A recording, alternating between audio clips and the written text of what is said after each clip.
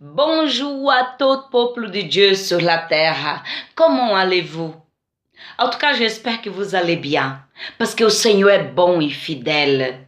Je voudrais partager avec vous une parole de la part de Dieu sur la foi. Oui. Dans le livre d'Hébreux, chapitre 11, verset 1er, il dit: la foi, c'est la ferme assurance des choses qu'on espère. C'est la démonstration des choses qu'on ne voit pas. Alléluia. Frères et sœurs, ainsi que la foi, c'est la ferme assurance des choses qu'on espère. C'est la démonstration des choses qu'on ne voit pas.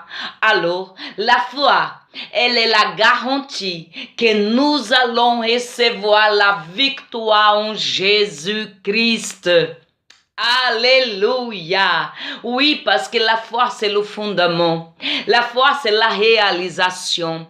La foi, c'est la substantialisation des choses qu'on espère. Alléluia, alléluia. Toutes les dénominations chrétiennes, ils ont l'expression de la foi. Oui, la majorité des chrétiens évangéliques, ils ont la foi, une expression, un moyen d'exprimer leur croyance en Dieu. Mais on ne trouve pas ça en nulle part dans l'Écriture. Pas du tout. Que la foi soit le simple fait de croire que Dieu existe. C'est pas du tout ça. Dans notre société, savoir que Dieu existe, c'est culturel. C'est pas par rapport à la foi. C'est une connaissance que tu as. Quelqu'un avait te dit que Dieu existait. Des parents, des grands-parents, une prière. C'est pas non plus la foi. La foi, c'est pas du tout ça. La foi, c'est quelque chose qui nous pousse à aller plus loin. La foi, c'est quelque chose qui nous fait croire dans l'impossible. L'impossible pour nous. Alléluia. Mais vous pouvez demander comment je peux arriver jusque-là. Je vais vous dire, dans le livre de Romains, chapitre 10, verset 17, il dit: ainsi la foi vient de ce qu'on entend. Et de ce qu'on entend vient de la parole de Dieu. Alléluia. Si vous êtes prêts pour entendre la parole de Dieu, votre foi va grandir. Elle va grandir plus et plus et plus. Alléluia. Au départ, nous avons peut-être une petite mesure de la foi. Peut-être. Mais maintenant, Dieu nous invite à découvrir, alléluia, la foi. La foi, c'est cette foi qui nous pousse à aller plus loin.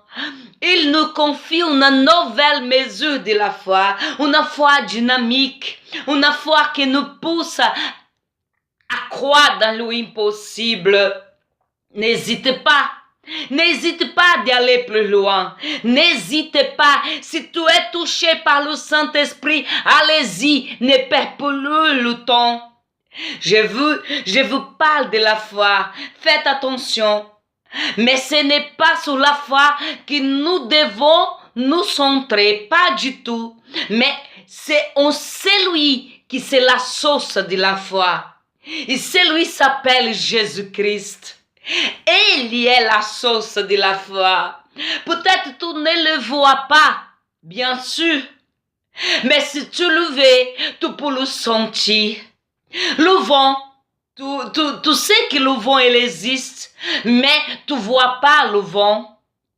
Alors, tu le sens.